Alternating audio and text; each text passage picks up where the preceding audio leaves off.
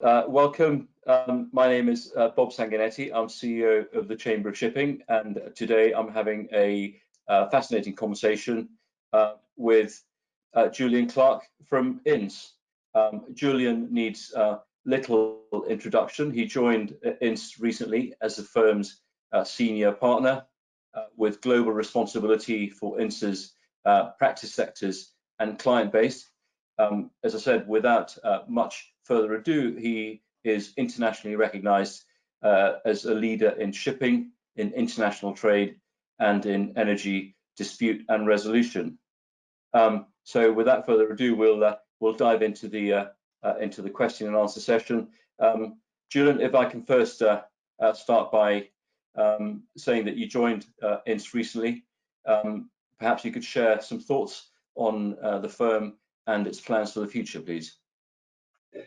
Thanks, Bob. It's a real pleasure to be speaking to you, although it is a little bit odd talking to a screen and not being in the same room as you, but there we go. It's something that we're all learning to do. Yeah, I mean, it's an amazing honour. It was an amazing honour to be offered this position. For me, it is the pinnacle of any shipping lawyer's career to be offered this chair. You know, a chair that's been occupied by the great names of Donald O'May and Richard Williams and Richard Sayre and Patrick Griggs, and there's little old me. So fantastic. But I think what made it even better for me and more exciting was that this is the new Ince. So it's the 150 years heritage of what the firm is, the Ince & Co, that everybody listening to this will recognise, but under this very new structure, a combination with a firm called Gordon Dabbs that our shipping brethren will not have heard of. That had nothing to do with shipping or indeed international work. It was a firm that had sectors in such things as immigration, private wealth, taxation, capital markets, and had a regional offering across the UK. And the two of those have now come together, which makes the new Ince a global service firm where we can approach clients and not just do their shipping law work, but everything that they might want to do, from their taxation problems to their real estate to, dare I say it, their divorces and family trusts. And then the other exciting thing about the firm is we're no longer a traditional law firm in that we're not a LLP or a partnership anymore. We're a public limited company. We're listed on the AIM exchange. And what that does for me is really expands the opportunity of law, and I think we need to do that because law's changing because of the advent of technology and various other things, and what the clients now desire from their legal service providers. And being outside the shackles of a regulated law firm means that we can operate in a proper corporate structure, which means a client comes to us and has a problem which isn't purely legal anymore. We can say, okay, let's not do this as a law firm, let's do this under our consultancy arm. Let's raise finance for you. Let's give you restructuring advice.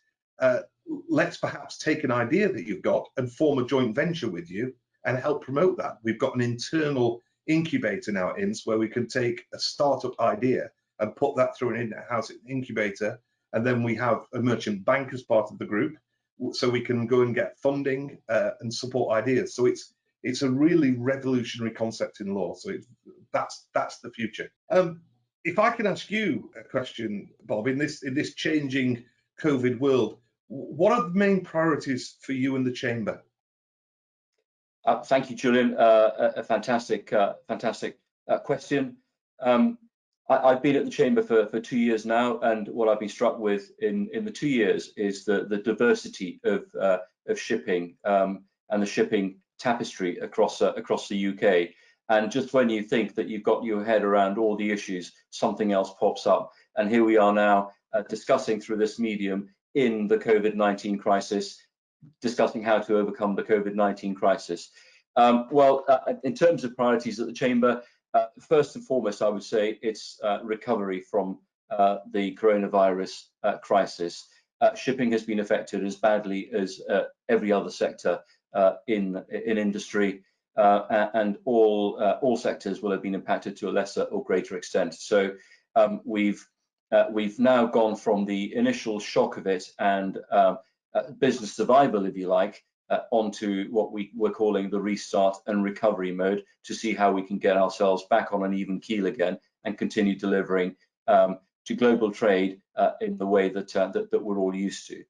So that's going to keep us focused for a number of months, if not years, I suspect, because the recovery will take place at different speeds depending on the sectors that we're talking about. But that will keep us busy for the time being. But in the longer term, our main focus is tackling climate change. And that very early on in my time, it became apparent that that was the key issue of the day. And it's been brought into a sharp focus by the Extinction Rebellion and by other movements that have sprung into prominence over the last year or so. And I think we've got a fantastic opportunity in shipping to take the lead there. I think shipping is a fundamental part of society, and it shouldn't be seen to be different from society. And we acknowledge that we have a fundamental responsibility in tackling the challenges of climate change. Leadership has been strong from the International Maritime Organization, the maritime arm of the UN, in setting very demanding targets for 2050 on the decarbonization front, greenhouse gases more generally.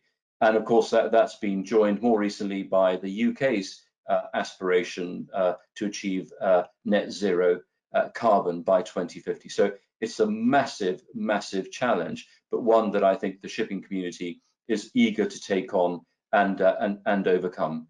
And the reality is that the solution for fuels, the solution for engine technology that will be required for 2050 is simply not there at the moment.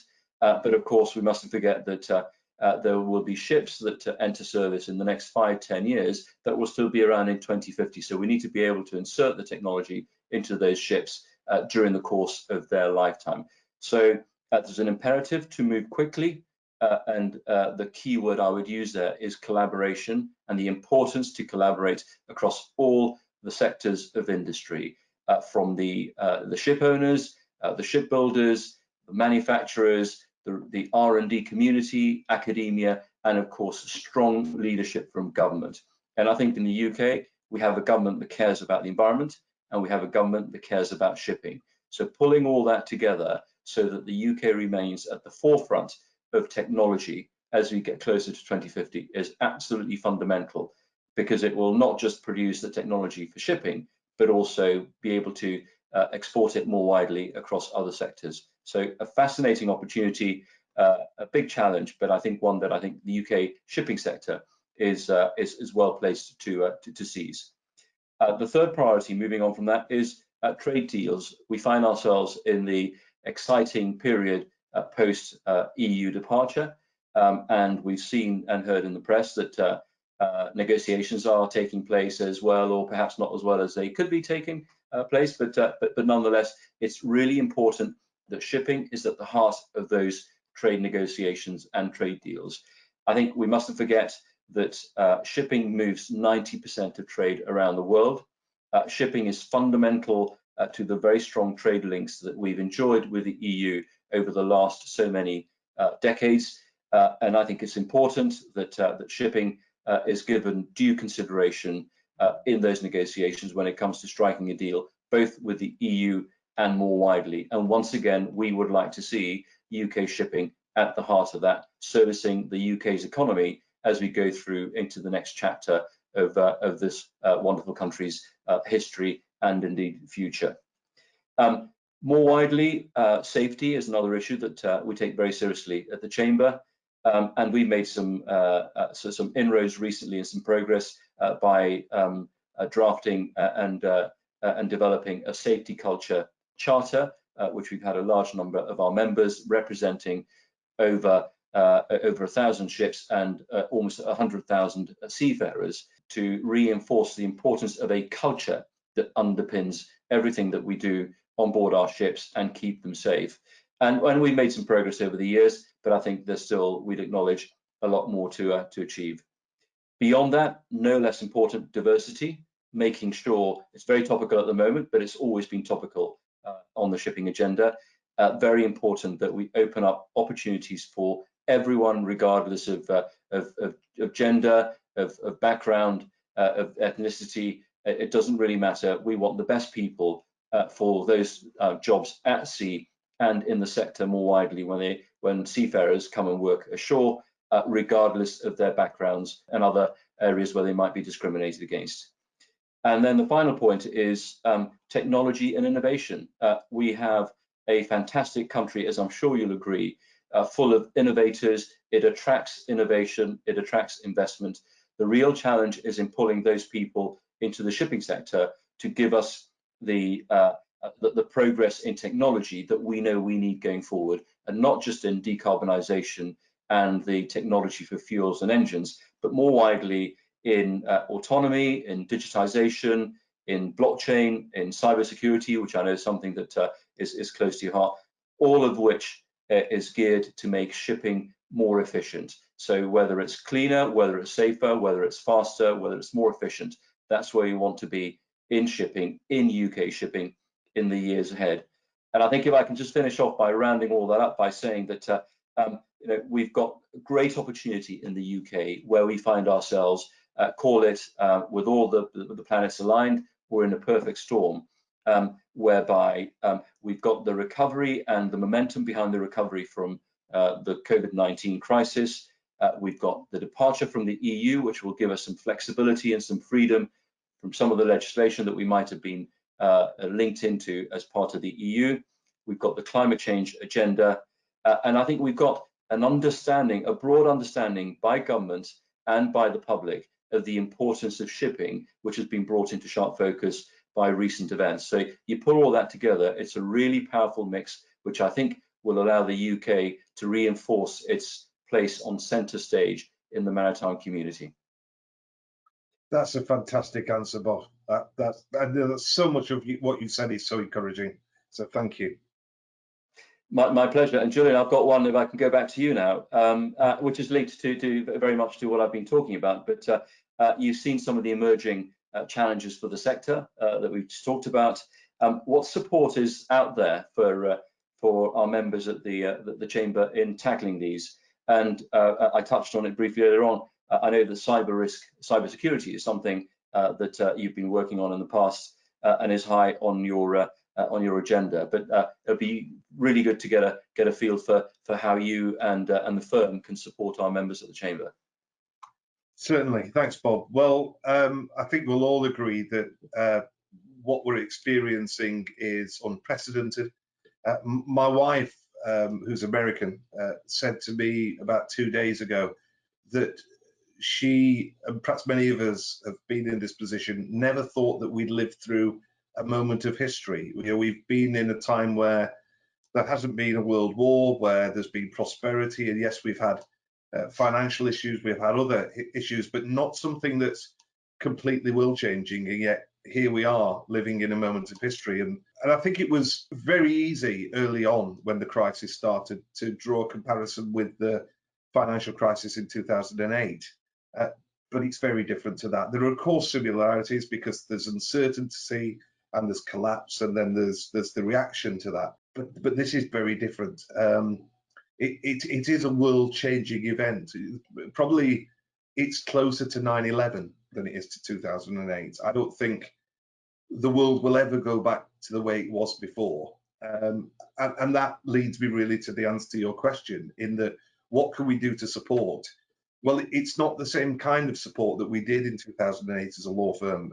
Law actually did quite well through the financial crisis in shipping, because it resulted in a boom of work, in collapses of contracts, in need for immediate traditional legal assistance.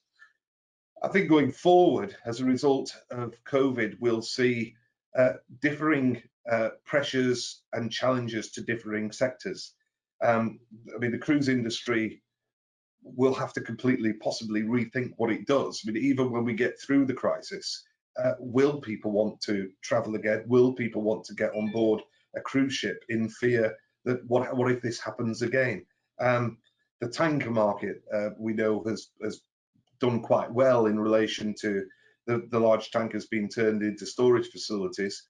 But coming out of the crisis, with the combination of the crisis in the oil markets, what will happen to that sector? And then we look at the tradition of containers. For the first time in the history of container ships, we may well see a change where globalization and containerization is not the driving force that it has been from the day that the first box was put on board the first ship.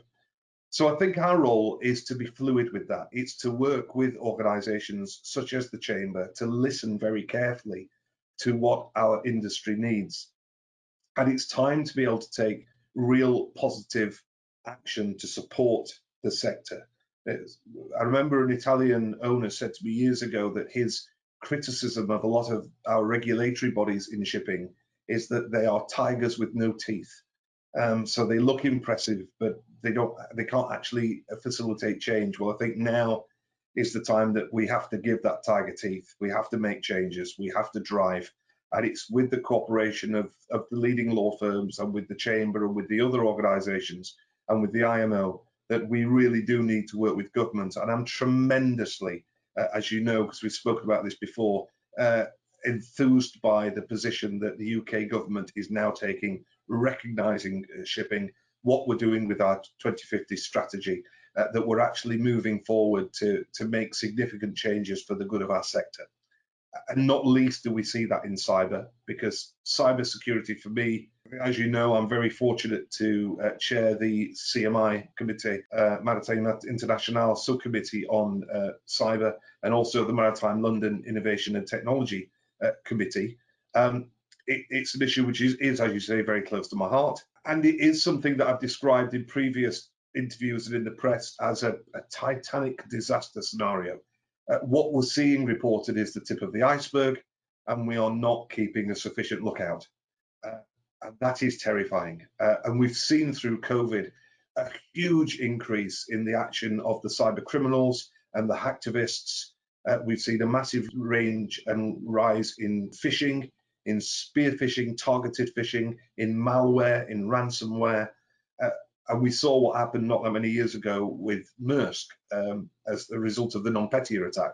So if a company as sophisticated as Maersk can be hit like that, and we've seen MSC recently hit as well, then we need to be aware of the risks that shipping face. And as you know, from the 1st of January next year, under the IMO guidelines, for the first time, cyber procedures will become part of safety management systems. And again, our role will be to move to protect and assist our shipping community in ensuring that they have the very best cyber response available. And again, just my final point, I think I'd say about that is that if you think back to what happened when the Gulf of Aden piracy incident started happening, suddenly there was an influx to the community of it seemed that everybody in the world was a piracy and ransom expert. And the community was left there thinking, well, you know, who do we trust? I think one of the roles for organizations like the Chamber and for ourselves is to be able to steer our members and our clients through that minefield of who can provide the true cyber protection and policies to keep shipping safe. Bob, that was a heck of a question, so I'm going to throw one back at you now. The pandemic, we've said, has obviously affected the sector hugely, and we could talk about this for hours probably, but if you had to pick, you know, one or two single issues or the biggest issue that's faced the Chamber and your members, what would that be? I would say it's the people. It's the seafarers, it's the offshore workers who have kept a steady course throughout all this. We've covered already how severely impacted the shipping sector has been, and he touched on the cruise industry, and that's going through quite a challenging period now before it re-emerges, which I'm sure it will do. The ferry sector a little bit closer to home with the loss of the ferry passenger part of that and a reduction in freight. That's been quite challenging as well. But the UK government's been very supportive in making sure the critical routes are given a little bit of support to weather the storm. We've seen the impact of on the offshore sector as well as a result of the drop in oil prices, and of course a huge dip in demand, which has led to the shipping, but both tanker and dry cargo patterns ebb and flow over the last 3 months. But throughout all that, you know, shipping has been flexible, and ships have continued to ply the waters and transport their trades from A to B. But but it's only been as a result of the flexibility and the strength and the commitment of the people. And it is shocking that we find ourselves now almost 4 months from the start of the crisis, with a small percentage of those seafarers who would have ordinarily expected to have been flown home to their loved ones and be replaced by those who at the moment are sitting at home and in some cases not being paid, to the tune of over 250,000 seafarers now stuck on their ships, unable to get home. And I think it's absolutely bizarre that there seems to be more interest in setting up air bridges and travel corridors so that we can take our holidays than there is on getting these hundreds of thousands of seafarers back to their loved ones so they can carry on with their lives and be replaced by others. I think it's been very heartening that the UK has been very forward-leaning in this on this front, and in classing seafarers and offshore workers as key workers right at the start of the crisis, and encouraging other countries to do the same, adopting the IMO protocols on crew changes as well, and now we see a ministerial-led virtual summit that will take place next week, where these sorts of issues can be discussed, and hopefully we'll see some progress take place more widely. But I would forever sing the praises of the unsung heroes of global trade, the men and women who are out there doing a job often in unpleasant and hazardous conditions, and they've ensured that our supermarket shelves remain stocked, and that our manufacturers and other companies, as they come back online as we emerge from COVID-19, have their component parts arriving on time so they can produce what they need to produce and get the economy going again. So that would be, I think, my underlining issue, the importance of people and the need to look after these people. I've got another one for you, if I might.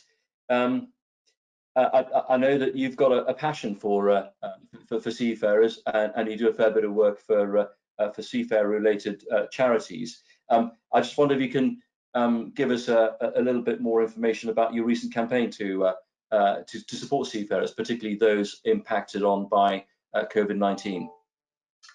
Thanks, Bob. Yeah, I endorse everything that you've just said, and indeed, like many of us, I was out there on a Thursday night with my pots and pans and clapping and supporting our health workers. But of course, as the health workers are the thing that keeps our health service and NHS alive, it's our seafarers that keep our shipping industry alive and keep all of us in the positions that we're lucky enough to have. And so I wanted to do something to try to continue to raise awareness, do my own bit to try and raise awareness, but also to try and do something that if you were a seafarer, whether you were stuck on board a ship waiting for a crew change, or you were isolated at home and waiting to take up a new position, that there was at least something to say to them, you know, we're banging pots and pans for you, so they could hear them. And as I know you know, because we've talked about it in the past, I started my life not as a lawyer, but as a professional musician. And I've continued to do that in and off throughout my legal career. And a couple of years ago, when I was in Singapore, the Singapore Shipowners Association asked if I could compose a song for their annual dinner. And the only remit I got was they didn't want anything classical. They wanted something a little bit sing-along. They wanted something that was about shipping, and they wanted something about seafarers. So I wrote this song called From the Sea I'll Come Home, put in the middle of it an old rigging chant, a sea shanty, a sing-along sea shanty, and I performed it at the annual dinner in Singapore. And so whilst thinking of all these things and putting them together, I thought, why don't we just take that song, because I own the copyright to it. Why don't I take the song and give that song to the Sailors Society and allow them to use that as a means of raising awareness, and say to people, look, if you want to download the song, download it, but all the proceeds comes to us, the Sailors Society, and that way goes to seafarers and their families. So together with Chris Hurst, the CEO of the Sailors Society, we established a trading company owned by the charity, which was able to put the song through the musical distributors. So it's on iTunes and Spotify and Deezer and Google Play. And as I say, it's called From the Sea I'll Come Home. And we've invited people to make a donation to the charity or download the song in the normal ways that you do through Spotify or anything. But all the proceeds from that will be funneled to seafarers. And so if people want to look at that, the way to do it is you go to the Sailors Society website, which is www.sailors-society.org. And you'll look at the right-hand side of the screen, there's a little box that says Support Us. And if you click on that, you'll see a list of campaigns, and one will say From the Sea I'll Come Home download. And that takes you to the page, tells you about the song, tells you who plays on it. And then you can click a button, it'll download the song onto your laptop or your phone. And then you can click another button and make a donation and make a change. So we've posted that on social media. I think at the moment we are on something in excess of 40,000 views.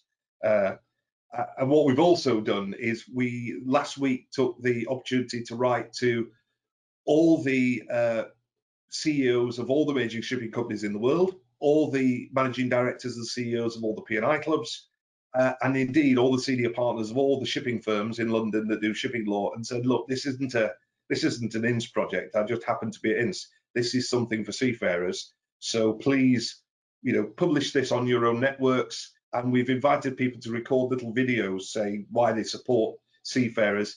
And we've had dozens of those videos coming in, and they're now in multiple languages. I know we've got them in Mandarin, Cantonese, Spanish, Italian, Greek. So hopefully we're doing our little bit. Fantastic. Well, what a comprehensive response. What a brilliant idea for a very, very worthy cause.